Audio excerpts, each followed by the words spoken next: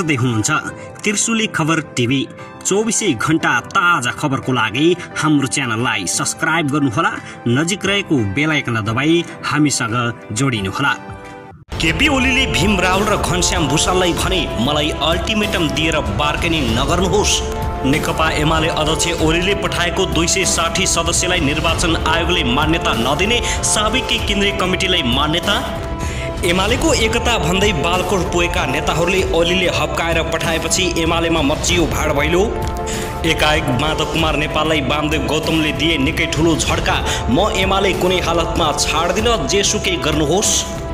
केपी ओलीलाई पार लगाएपछि दोस्रो पुस्ताका नेताहरू पनि हामीतिरै फर्किनुहुन्छ, माधव कुमार नेपाल। एकाएक राष्ट्रपति भण्डारीको यति ठुलो घोषणा, देउबा प्रचण्डको होस उड्यो।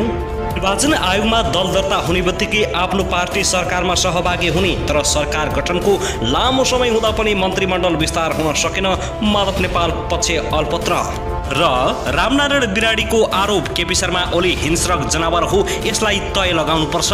अब हेर्नुहोस् पुरा समाचार।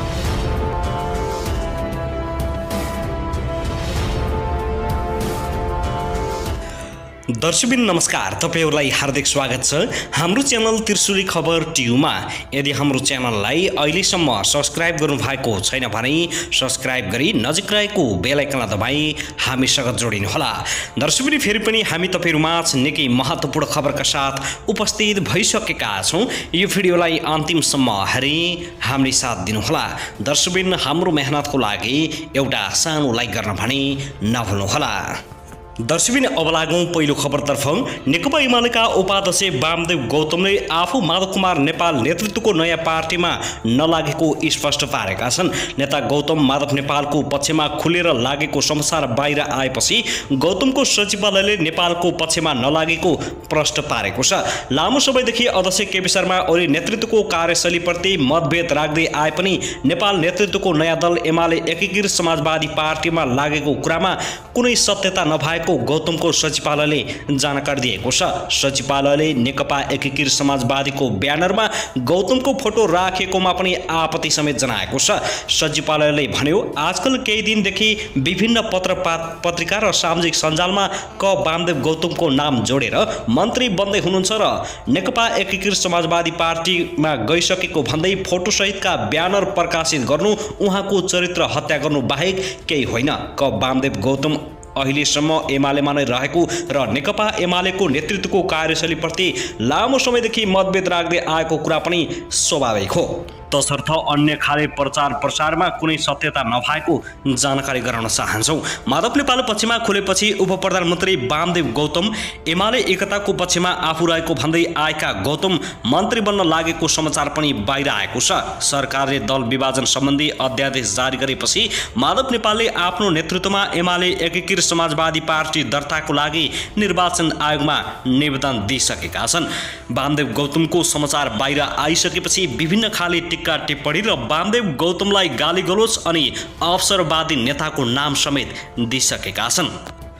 दर्शकबिन त्यसैगरी यता भने नेकपा माओवादी केन्द्रका नेता तथा राष्ट्रिय सभाका सदस्य रामनारायण बिडारीले नेकपा एमालेका अध्यक्ष केपी शर्मा ओलीलाई हिंस्रक जनावरको संज्ञा दिएका छन्। हिजो शनिबार रिपोर्टर्स क्लबको रिपोर्टर्स संवाद पत्रकार लक्ष्मीप्रसाद नेउपानेसँग कुरा गर्दै नेता बिडारीले यस्तो आरोप लगाएका हुन्। उनले भने नेकपा एमाले फुटाउने, नेकपा एमाले सिद्ध्याउने, माओवादीका केही मान्छे लुछेर चोडेर खाने हिंस्रक जनावर भनेकै केपी ओली हो। हाम्रा मान्छे लुछेर खाएको छ।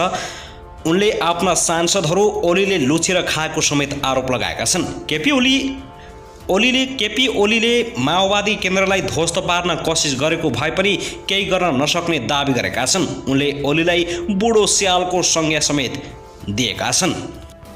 दर्शकबिन त्यसैगरी नेकपा माओवादी केन्द्रका नेता देवेन्द्र पौडेलले अब हुने मन्त्री परिषद विस्तारमा गठबन्धन दलको बराबर हैसियतमा प्रतिनिधित्व हुने बताएका छन्। गठबन्धनका 5 दलमध्ये राष्ट्रिय जनमोर्चा सरकारमा सहभागी नहुने र कांग्रेस, माओवादी केन्द्र, जनता समाजवादी पार्टी र माधव नेपालको पार्टीबीच 6 मन्त्रालयको भागबण्टा हुने मोटामोटी सहमति भएको उनले दावी गरेका छन्। नेपाली रेडियो नेटवर्कको कार्यक्रम नेपाली बहसका लागि आज बिहान पत्रकार ऋषि धमलाले अन्तर्वार्ता दिँदै नेता पौडेलले भने निर्वाचन आयोगले माधव कुमार नेपालको पार्टीको शनाखत गरेपछि अर्थात् भदौ 9 गतेपछि मात्रै पाँचै दलको सहमतिमा मन्त्री परिषद विस्तार हुने उनको भनाइ छ। अहिले फरक परिस्थितिमा सरकार बनेकाले सदनको प्रतिनिधित्व भन्दा पनि सम्मानजनक प्रतिनिधित्व कुरा उठेको छ। संविधान अनुसार 25 भन्दा बढी मन्त्री बनाउन पाइँदैन। मन्त्रालय 21 वटा मात्र छन्। 4 जनालाई राज्य मन्त्री बनाउनुपर्छ। त्यसैले बराबरी हैसियतमा 6 मन्त्रीको प्रतिनिधित्व गर्ने औपचारिक कुराकानी भएको छ। अब यस सरकारको आयु 1.5 वर्ष मात्र छ। सरकारको आयु छोटो छ, चुनौती बढी छन्।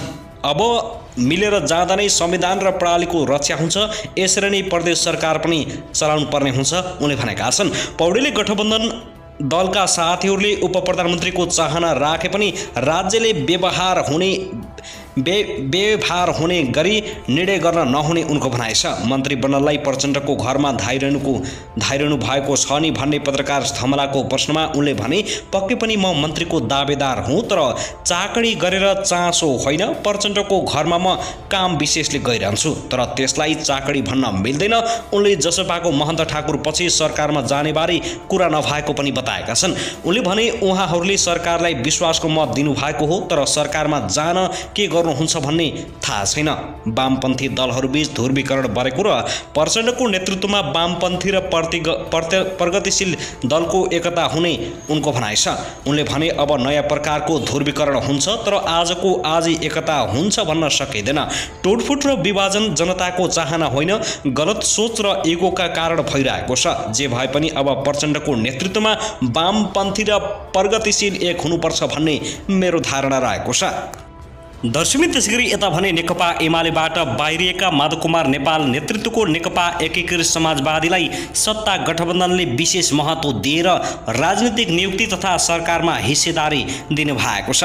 केपी शर्मा ओलीलाई हटाएर प्रतिनिधि सभाको पुनर्स्थापना र शेरबहादुर देउवा नेतृत्वको सरकार निर्माणमा माधव नेपालको जोखिमपूर्ण कदमले निर्णायक भूमिका खेलेको निष्कर्षमा प्रधानमन्त्री शेरबहादुर देउवा र पुष्पकमल दाहाल प्रचण्ड पुगेका छन्। माधव नेपालले पार्टी नबनाउँदै राष्ट्रिय को निर्वाचनबाट विशेष महत्त्व पाएका माधव नेपालले हाल सरकारका नियुक्तिहरूमा प्राथमिकता पाइरहेका छन्। संघ प्रदेश सरकार बाहेक ओली नेतृत्वको सरकारले गरेका करिब 1000 नियुक्ति प्रक्रिया पुर्याएर खारेज नहुने भएका छन्। ती पदहरूमा कम्तीमा 200 देखि 300 सम्म पद माधव नेपालले पाउने भएका छन्। माधव नेपालकै प्रस्ताव अनुसार उनको पार्टीले वैधानिकता पाएपछि मात्रै मन्त्री परिषद विस्तार हुने भएको छ।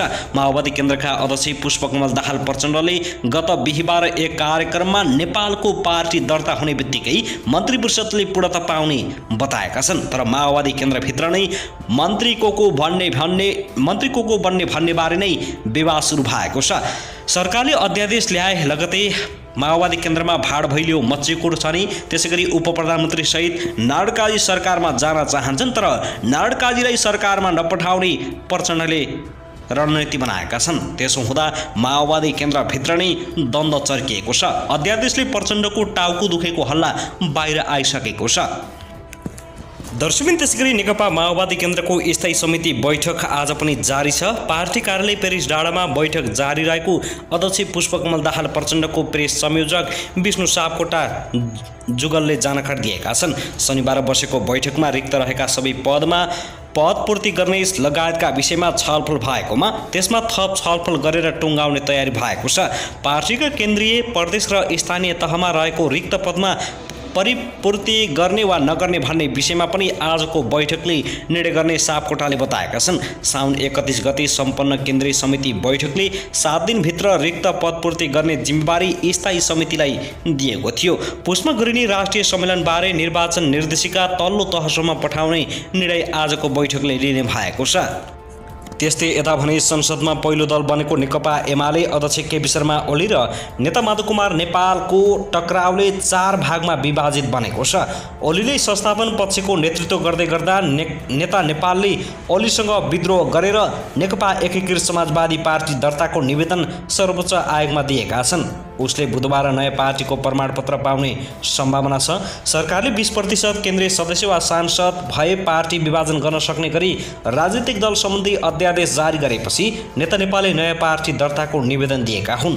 ओलीसँग विद्रोहमा उत्रेका नेता नेपालको साथ छाडेर उनी निकट 57 जना केन्द्रीय सदस्यहरूले एकताको प्रयास गरिरहेका छन्। त्यसो त नेता माधव कुमार नेपालले 203 केन्द्रीय सदस्य मध्ये 58 जना केन्द्रीय सदस्यको हस्ताक्षर निर्वाचन आयोगमा बुझाइसकेका छन्। यस्तै साबिकको नेकपा भित्रको विवाददेखि नै एकता अभियान जारी राखेका उपाध्यक्ष वामदेव गौतमको एमालेमा अर्को धार देखिएको छ।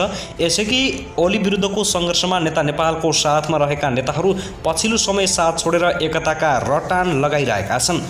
ओलीसँग मिल्न नसक्ने निष्कर्षसहित नयाँ दल दर्ता गरेका नेता नेपाललाई दोस्रो तहका अधिकांश नेताहरूले साथ छाडेका छन्।